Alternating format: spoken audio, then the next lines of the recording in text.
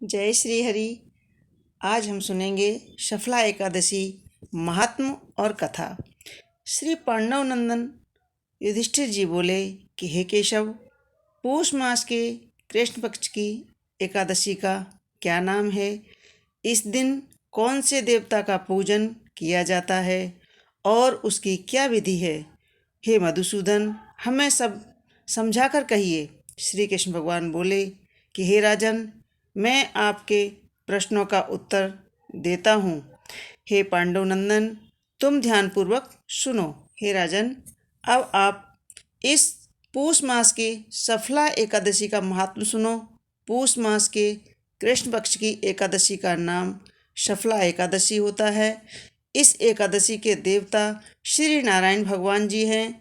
इस एकादशी का व्रत और एकादशियों की तरह ही करना चाहिए और नारायण भगवान की पूजा करनी चाहिए। जो मनुष्य सफला एकादशी का व्रत और पूजन करते हैं वे धन्य हैं, वे महान हैं। हे राजन, सफला एकादशी व्रत में ऋतु फल अर्पण करना चाहिए, जैसे नारियल, नींबू, अनार, जामफल, बेर, दूध, धूप, दीप आदि से मेरे 16 प्रकार से पूजन करना चाहिए। इस दिन दीपदान तथा रात्रि को जागरण भी करना चाहिए। सफला एकादशी का व्रत के समान यज्ञ, तीर्थ तथा दूसरा कोई भी व्रत नहीं है।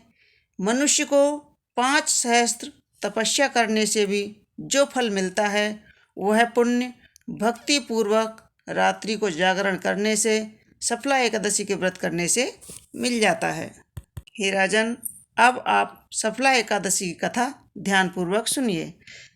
चंपावती नगरी में एक महेशमती नाम का राजा राज करता था। उसके 4 पुत्र थे। इन पुत्रों में से सबसे बड़ा पुत्र लुम्पक राजा का बड़ा पुत्र महापापी था।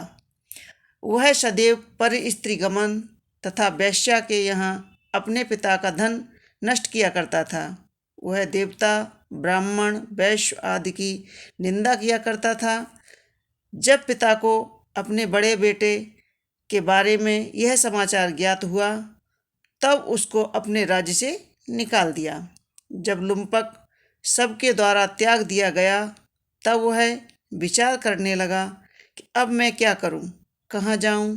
अंत में वह दिन में वन में रहता और रात्रि को अपने पिता की नगरी में चोरी अन्य आदि कुकर्म करने लगा।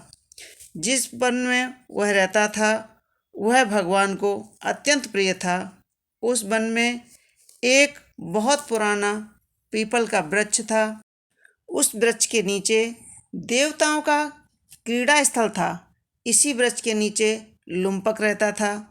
कुछ दिनों के पश्चात पूष मास के कृष्ण पक्ष की 10वीं तिथि के दिन वह वस्त्रहीन होने के कारण शीत से मूर्छित हो गया। रात्रि को न सो सका और उसके हाथ पैर अकड़ गए। उसे उस दिन रात्रि बड़ी कठिनाई से बितानी पड़ी तथा सूर्य नारायण के उदय होने पर भी उसकी मूर्छा नहीं गई। दूसरे दिन सफला एकादशी के मध्याह्न तक वह दुराचारी मूर्छित ही पड़ा रहा। जब सूर्य की गर्मी से उसे होश आया तो वह अपने स्थान से उठकर वन से भोजन की खोज में चला गया। उस दिन वह जीवों को मारने में असमर्थ था, इसलिए जमीन पर गिरे हुए फलों को लेकर पीपल के वृक्ष के नीचे आया। जब सूर्य भगवान अस्ताचल को प्रस्थान कर गए तब फलों को पीपल की जड़ के नीचे रखकर पास कहने लगा कि हे भगवान, इन फलों को से तो आप ही तृप्त हों। ऐसा कहकर वह रोने लगा और रात्रि को उसे नींद नहीं आई। इस महापापी के व्रत तथा रात्रि जागरण से भगवान अत्यंत प्रसन्न हुए और उसके समस्त पाप नष्ट हो गए।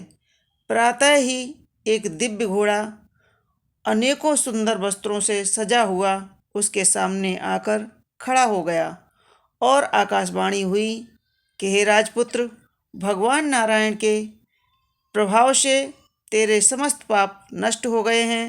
अब तू अपने पिता के पास जाकर राज प्राप्त कर। लुम्पक ने जब ऐसी वाणी आकाशवाणी सुनी तो वह अत्यंत प्रसन्न हुआ और भगवान आपकी जय हो ऐसा कहता हुआ सुंदर वस्त्र आभूषणों को धारण करके अपने पिता के पास आ गया।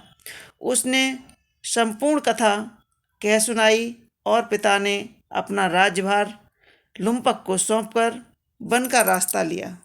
अब लुम्पक शास्त्र अनुसार राज्य करने लगा। उसके स्त्री पुत्र आदि भी परम भक्त बन गए। वृद्धावस्था आने पर वह अपने पुत्र को गद्दी देकर भगवान का भजन करने के लिए वन में चला गया। अंत में विष्णु लोक को गया। भक्ति पूर्वक जो मनुष्य सफला एकादशी का व्रत करते हैं वे अंत में मुक्ति को पाते हैं। जो मनुष्य भक्ति पूर्वक सफला एकादशी का व्रत नहीं करते वे पूंछ और सींग से रहित पशु तुल्य हैं। सफला एकादशी के व्रत महात्म का श्रवण अवश्य करना चाहिए। एकादशी की कथा सुनने से पुण्य फल की प्राप्ति होती है। तो एकादशी की कथा हमेशा हाथ में पुष्प आदि लेकर के संपूर्ण कथा सुनना चाहिए, तभी इस कथा के सुनने का पूरा फल प्राप्त होता है। तो यह थी सफला एकादशी की छोटी सी कथा। आपको हमारी कथाएं कैसी लगती हैं हमें कमेंट बॉक्स में ज़रूर लिखें और हमारी वीडियो को लाइक करें, शेयर करें। अगर हमारे चैनल पर नए हैं तो सब्सक्राइब अवश्य कर लें। राधे राधे, जय श्री हरि।